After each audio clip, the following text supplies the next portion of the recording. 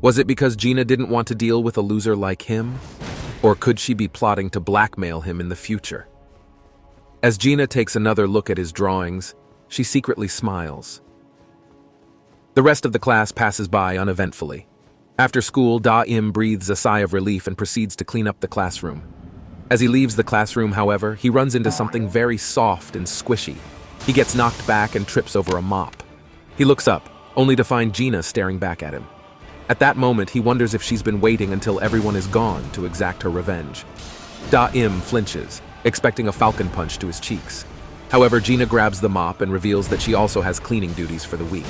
They begin cleaning the classroom together in awkward silence. Da-im wishes Gina would just go home, preferring to clean up by himself. Gina breaks the silence eventually, causing Da-im to jump in surprise. She asks for his name, but his reply is barely audible, so she simply decides to call him Loser from now on. Then she questions why he drew so many pictures of her. Obviously, he can't reveal that his drawings were his way of taking revenge.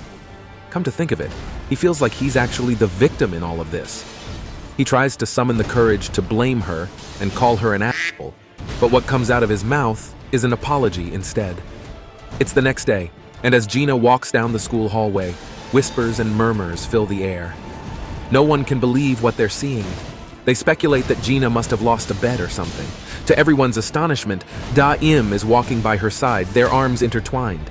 Do-hee, one of Gina's friends, rushes toward them, seeking an explanation. She demands to know who the loser is that Gina is with. Gina smiles back at Do-hee and introduces Da-im as her new boyfriend.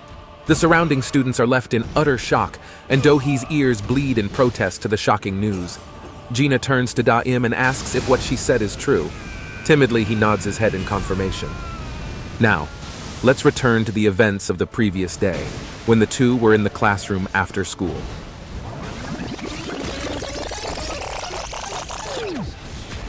Once again, Gina asks Da-im about the motive behind his drawings. She clarifies her intentions, that she isn't demanding an apology from him, but just an explanation. Da-im starts to wonder if maybe Gina isn't as angry at him as he initially thought, and there's a glimmer of hope that she might forgive him if he manages to come up with a good excuse. So he tells her that he wanted to practice his drawing skills, and he found inspiration in her ever-changing outfits at school. In a way, she was kind of like a mannequin to him. As soon as the word mannequin slips from his lips, Gina glares at him, clearly displeased. Da-im berates himself for his lack of tact and inability to come up with a better excuse, but to his surprise, Gina dismisses it, claiming that she's accustomed to receiving admiration. Despite brushing off the comment, she points out that he used her appearance without permission, and so he owes her. As repayment, she proposes that he becomes her boyfriend. Da-im's